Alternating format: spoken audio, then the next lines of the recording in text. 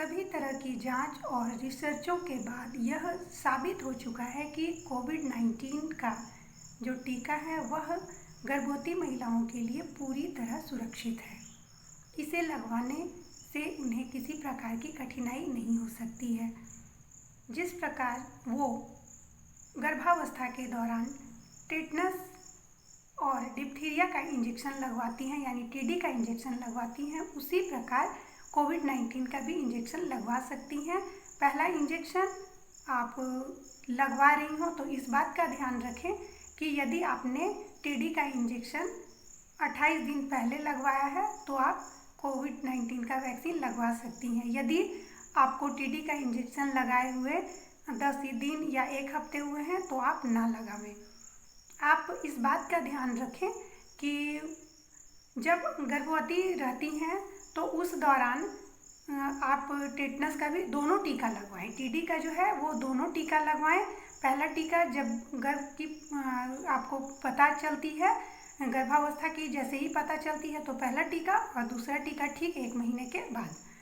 तो उसी तरह से आप कोविड-19 का जब इंजेक्शन लगवाने जा रही हैं तो इस बात का ध्यान रखें कि पहला टीका जब टीडी का इंजेक्शन लगवाए हुए 28 दिन से ऊपर हो चुका है तो आप पहला टीका लगवा लें और ठीक 84 दिन के बाद दूसरा टीका लगवाएं। तो इस अंतराल को ध्यान में रखते हुए कोविड-19 का इंजेक्शन लगवा सकती हैं। इंजेक्शन लगवाने के बाद जिस तरह टीडी इंजेक्शन लगवाने के बाद आप आधा घंटा आंगनवाड़ी में रुकती हैं, बच्चों को इंजेक्शन लगवाने के बाद आधा घंटा रुकती हैं, उसी तरह कोविड-19 का इंजेक्शन लगवाने के बाद भी आधा घंटा आप अपने टीकाकरण स्थल पर रुकें, ताकि कुछ भी यदि रिएक्शन हो तो वह पता लगाया जा सके। आधे घंटे तक यदि किसी तरह का कुछ प्रतिक्रिया नहीं देखा जाता है तो यह आपके लिए पूरी तरह से सुरक्षित है।